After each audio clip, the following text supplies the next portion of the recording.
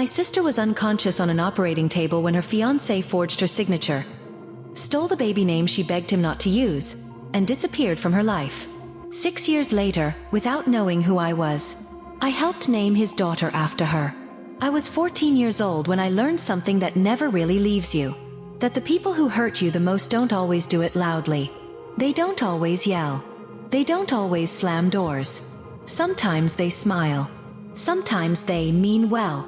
And sometimes they wait until you can't fight back. My sister, I'll call her Sarah, was 22. She was warm in that quiet way. The kind of woman who apologized when other people bumped into her. The kind who believed love meant loyalty, and loyalty meant safety. She had been with Paul for 4 years. 4 long years. Long enough that our families blended. Long enough that holidays felt permanent. Long enough that nobody questioned whether he'd still be there tomorrow. So when Sarah told us she was pregnant, it wasn't panic. It was surprise, followed by hope.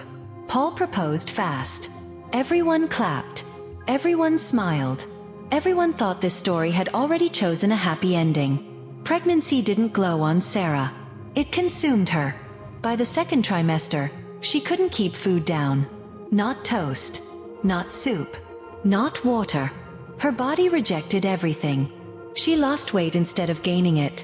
Her back pain was so severe she slept sitting up on the couch, hugging a pillow, crying quietly at night. She developed hyperemesis gravidarum, not morning sickness, but violent, endless nausea. Add gestational diabetes.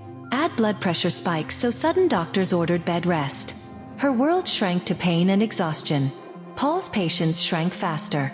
I remember standing in the hallway and hearing him say it, casually, dismissively, like it was a fact instead of a wound. Your body is literally built to do this. Sarah didn't argue. She just nodded. And after that, she stopped complaining. Not because it stopped hurting, but because she learned that her pain was inconvenient.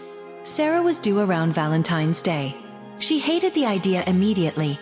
Not because she hated the holiday, but because she didn't want her son's life to start as a theme. She wanted him to have his own day. His own identity. She'd talk about it softly, almost apologetically. I just don't want him to feel like he shares his birthday with something bigger than him. Paul's mother thought it was adorable. Oh, if he's born on Valentine's Day, you have to name him Valentino.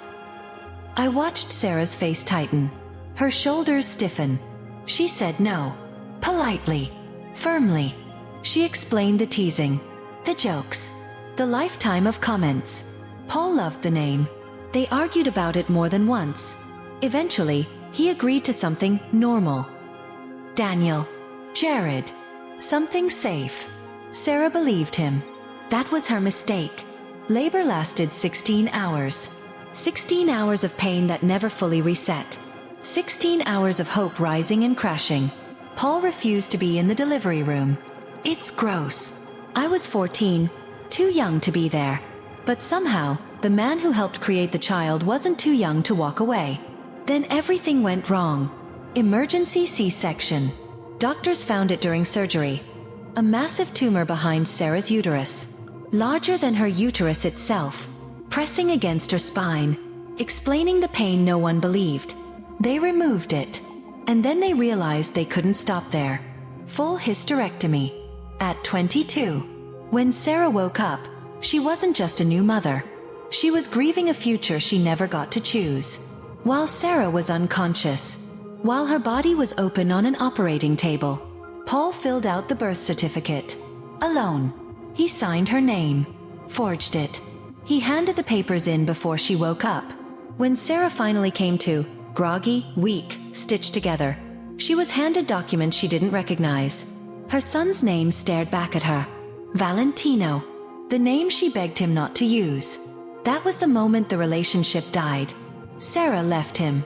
Changed her son's name legally a month later. Tried to co-parent. Paul disappeared. 6 months later, he married another woman. And none of us knew yet that 6 years later, fate would put that woman in my chair and hand me the quietest revenge imaginable. 6 years passed.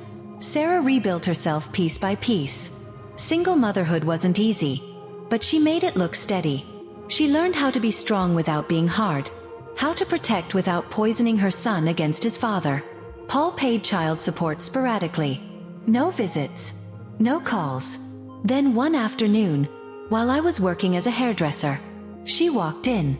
Jane, pregnant, smiling nervously, polite. She had no idea who I was. And she had no idea the man she married already had a child. She talked while I cut her hair. About back pain. About exhaustion. About how Paul brushed it off. He keeps saying it's not that bad. I felt my chest tighten. I'd heard these words before, just in a different voice. Then she sighed.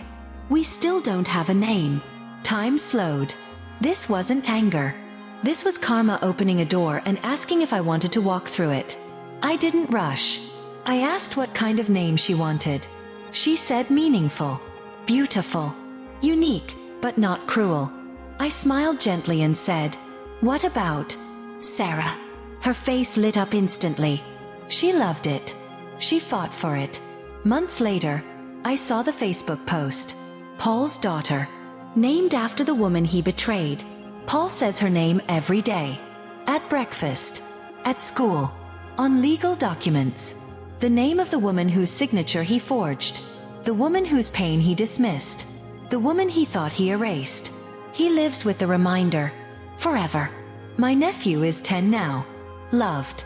Safe. Surrounded by people who chose him. Sarah is happy. And Paul? Paul named his own consequence. Revenge doesn't always scream.